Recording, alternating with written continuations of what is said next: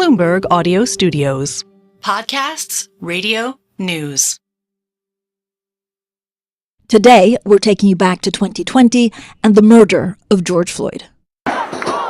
It was a killing caught on video that even during a pandemic moved huge numbers of Americans to take to the streets.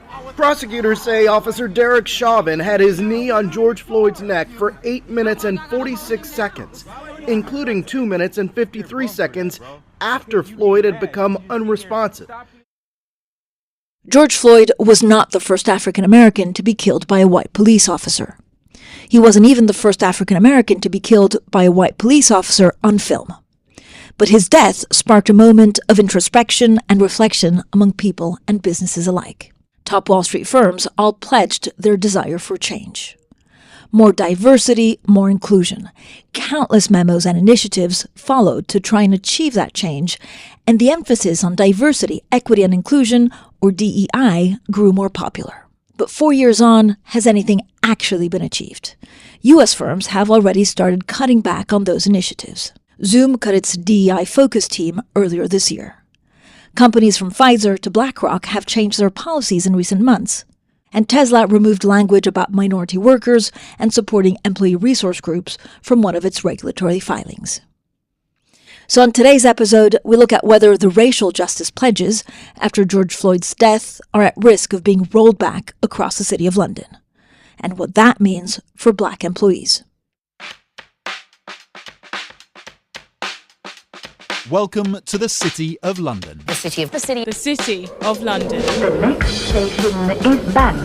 Please mind the gap between the train and the platform. The financial heart of the country. The City. The City. Welcome to In the City. Stand clear of the doors, please. Welcome to In the City, a podcast from Bloomberg about the stories important to the City of London. I'm Francine Lacqua, and joining me is Bloomberg reporter Tiwa Adebayo. Tiwa has been looking into the progress of DEI initiatives in the city, its effectiveness, and the potential consequences of firms rolling back on their commitments. Tiwa, thank you so much for joining us. Thank you. So, Tiwa, you've spent months looking into this, looking at statistics, speaking to a lot of the firms. Why are some of these initiatives being rolled back? Well, I think it's important here to sort of zoom out and think about the context that we're operating within. There's been an environment in the United States where a lot of regulatory pressure is being placed on firms to perhaps widen pools that were meant for minoritized candidates in the first place. And that hasn't escaped firms and individuals in the City of London as well. It's interesting because in the UK, whilst there isn't so much regulatory pressure, it is also still an interesting environment. Actually, just last year, the RAF held an internal positive discrimination inquiry, and that found that recruitment policies to increase the numbers of women and people from ethnic minorities in the Air Force had led to unlawful positive discrimination. So that's the sort of environment we're working with. And it's had an impact on firms here in the City of London. I was actually speaking to one individual who was the first London-based global diversity and inclusion director at a large asset manager who wanted to have their identity protected. And they said that the backlash was very much being driven from the state. So it started off in 2021 with the laws that were sort of anti-ESG from the state of Texas in particular, which affected firms like BlackRock. And they said that kicked off something she calls fright. So she describes it as fright, fight and flight. So first of all, they were spooked by those laws from the state of Texas, and it caused a fright at the growing backlash in the states, the legal and financial backlash. And then after that, they described what they call as fight. So there was increased legal scrutiny on their work. And it meant that a lot of the DEI initiatives that they were pursuing at the firm were reduced to being performative. And then they speak about what they're afraid of, which is this fight. They predict that potentially we'll see a lot of firms pulling back on these initiatives and potentially as well getting rid of a lot of the DEI professionals that were hired in 2020 to help put some of these initiatives in place. So, Tia, what were some of these initiatives, and actually why are they so important? There's a through line in a lot of firms that we're seeing focused on recruitment, and that's at a junior and a senior level. At a junior level, they're often driven by external programs. So, for example, there's the 10,000 Black Interns Foundation, which started off as the 100 Black Interns initiative in 2020. And that will supply Black candidates primarily to firms seeking to increase their recruitment pool. And they'll often be placed in these firms for an internship program with the prospect of carrying on. There are other organisations that do this, like the Taylor Bennett Foundation, which works primarily across the communications landscape. I spoke to them. They work with firms including HSBC and Santander. So that's how it works often at a junior level. And when we move on to a more senior level, this tends to be initiatives that firms can sign up to, like the Black Talent Charter or the Parker Review, that specifically look to increase the number of Black individuals at a senior level within financial and professional services. So it's driven by recruitment. And that's because in 2020 and thereafter, it was found that there's a severe lack of Black talent, specifically at the more senior level in the fields of financial services and professional services. Has it gotten better at all? You'd expect, after the impetus that was placed on achieving change in 2020 and those statements that we saw from a lot of firms, including, for example, the Bank of England, acknowledging its links to the transatlantic slave trade, Lloyd's of London doing a similar thing. There were a number of statements from different firms pledging to work hard to achieve change. So with that sort of enthusiasm, you'd expect to see a large degree of change. But actually, there was research published this year by the Black Talent Charter in partnership with Bain Consultancy, and they found that the pace of change is actually slowing. They calculate that at the current level, it will take 50 years or more for the number of Black employees in the City of London to be actually representative of the population of the UK. And when you look at the population of London, it could take even longer. So that's really what inspired this reporting, to understand, first of all, if those pledges that took place in 2020 had materialised, and if not, why. Do we know what happens at the senior level? So do people drop out or change industry? So there seems to be quite a high level of attrition from speaking to a lot of the diversity, equity and inclusion professionals that are included in this reporting. But the problem is we don't actually have the data to illustrate that. And that's because most of these firms don't collect data on the number of Black employees specifically. So I was speaking to, for example, Mark Lomas, who's the head of culture at Lloyd's of London. And they have attrition figures for BAME employees as a whole, but not specifically for Black employees. And that's something which we see repeated across a lot of firms. It's to do with the way that data is collected in the UK. So it relies on self-reporting. And so firms have to ensure that their Black employees actually stand up and say, I'm Black, and let the HR departments know. And this typically tends to be quite low. One of the DEI professionals I was speaking to said they could only collect 65%. And even then, some individuals misreported their characteristics for fear of being excluded from certain projects, certain initiatives. So it's very difficult to identify the problem. And actually, there are organisations like Change the Race Ratio, for example, which seeks to improve the number of Black employees at a board level. They said what gets measured gets done. But in fact, if you don't have the data, it's very hard to hold firms to account and really to see if these pledges are being made good upon. So, Tiwa, what kind of, results are companies expecting to justify the investment in diversity? It's definitely varied. I spoke to Junior Garber, actually, who's the co-founder of Equity City, which is a group that seeks to improve the number of Black employees across the city, with a focus particularly on insurance.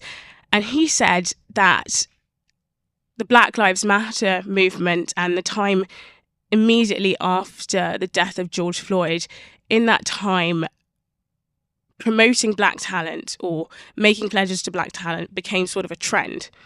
And companies jumped on that trend because they didn't want to be seen as being left behind or somehow being different from their peers. So for some firms, they were actually just seeking that initial inclusion in the group striving for change. But other firms seem to have had good intentions. That's something that KPMG referred to when they did their research into Black heritage programs and their impact. They said that whilst there were good intentions, it doesn't seem like a lot of those intentions have materialized. But it's certainly focused on recruitment. The pledges that were set, for example, from Goldman Sachs, they said they want to have 9% of their entry-level recruited employees being black. Similar pledges were set from Lloyds Bank, for example. It's driven by this desire to see more representation. So, Tiwa, despite some of these companies not really being able to measure some of these initiatives correctly, they're already starting to roll back on them. Yeah, definitely that's what we're seeing. And it's what I've been hearing anecdotally from a lot of DEI professionals across the city of London. I spoke actually to Pauline Miller, who's a DEI professional that has over 20 years experience in financial services at firms like State Street. And she said that at the moment, what we're seeing is this sort of perfect storm. There are economic headwinds there, which are causing some firms to reassess their commitments to black talent. But also we are in this environment where, driven by the states, we're seeing a generalized pullback when it comes to diversity and inclusion. And that has all amalgamated together to give us a situation where companies are sitting back and they're looking at the pledges that they made in 2020. They're looking at the results that they achieved, which for some aren't where they'd like them to be. And they're thinking, perhaps this is not worth it. Perhaps it's time either to pull back or in some cases get rid of these schemes altogether. So if they pull back or get rid of the schemes, what are the consequences of that? I've spoken to a number of employees across the City of London in investment banking, in private equity, in insurance. And they say that they do notice, actually, when these changes are being made, even if they're subtle. There was one, Karen Mupere, she is an analyst at a large UK investment bank. And she referred to noticing a slow but steady change when it came to the company's commitment to diversity, equity and inclusion, and specifically to black employees. Feels a bit more like that conversation has almost sort of been put to the back burner with the economic contraction and sort of companies having to reconcile with overhead and challenges. I think DE&I was the first thing to go, really. And the result of that really was a feeling of being left alone, particularly because she was one of these employees that came from the Taylor Bennett Foundation, actually, one of those external programs which saw a big uptick in popularity in 2020. And she feels that after perhaps that groundswell of enthusiasm, she was sort of left to her own devices. I mean, it's very powerful what you're saying. What are some of the practical steps that can be taken to effectively but also sustainably increase DEI in the workforce? So when I was speaking to Mark Lomas, who is the head of culture at Lloyds of London, but has had a very illustrious career across diversity and inclusion in the city, he said to me that it's very difficult to create long-lasting change. And the firms where it works the best are the ones that have a deliberate and very tailored strategy. We see this challenge across lots of employers, and that is essentially making sure that your processes are fit for purpose, you are deliberate in how you go out to attract talent, you have inclusive recruitment practices, and then you have the ability and the practices to retain talent. I think at the Lloyd's market, why we've been so successful is because we've had a very deliberate approach to it. So perhaps their strategy for including black talent and also making sure they are retained comes from a tried and tested method for bringing women into the workplace, for example. I was also speaking to Tiwa Adebayo, who is a former employee in private equity and asset management, and now has their own startup called Beyond Education, which works to get ethnic minority talent into the City of London. And what he said is it's very clear when firms have just supplanted a scheme like 10,000 Black Interns or the Taylor Bennett Foundation into what they were already doing without making an effort to tailor it to their organisation.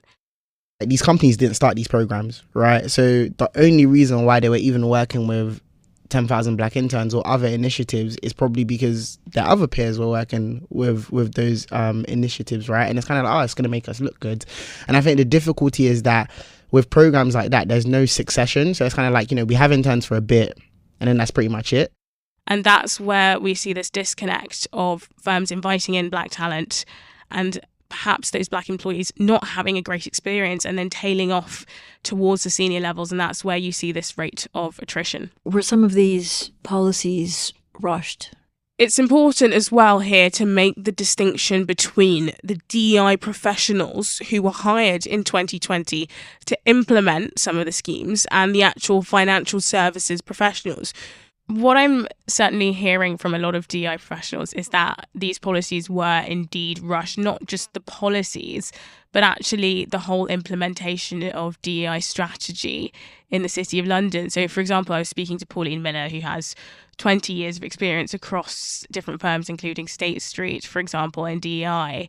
And what she said to me is that there was such an impetus on creating DEI positions in firms that a lot of people were hired at too senior a level with too little experience. And in turn, when they tried to implement these strategies, they didn't produce the results that a lot of firms wanted to see.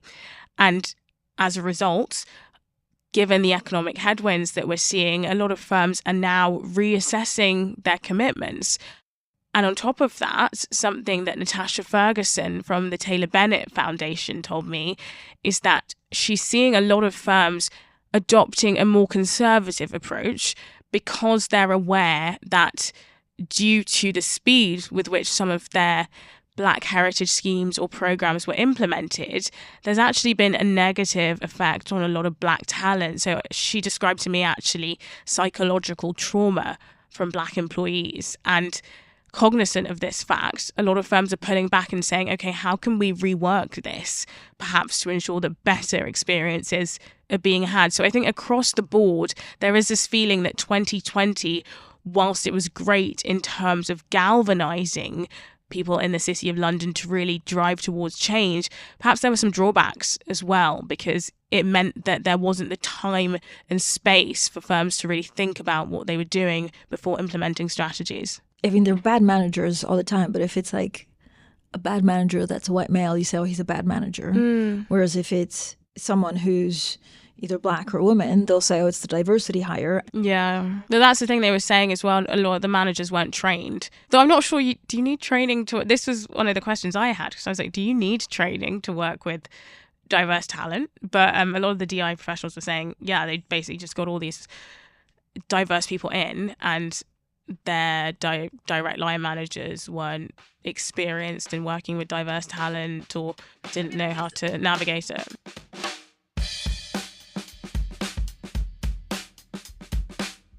Thanks for listening to this week's In the City from Bloomberg. This episode was hosted by me, Francine Lacqua. It was produced by Summer Sadi. Production support and sound design by Moses Andam. Brendan Francis Newman is our executive producer. Sage Bauman is head of podcasts. Special thanks to Tiwa Adebayo. Please subscribe, rate, and review wherever you listen to podcasts.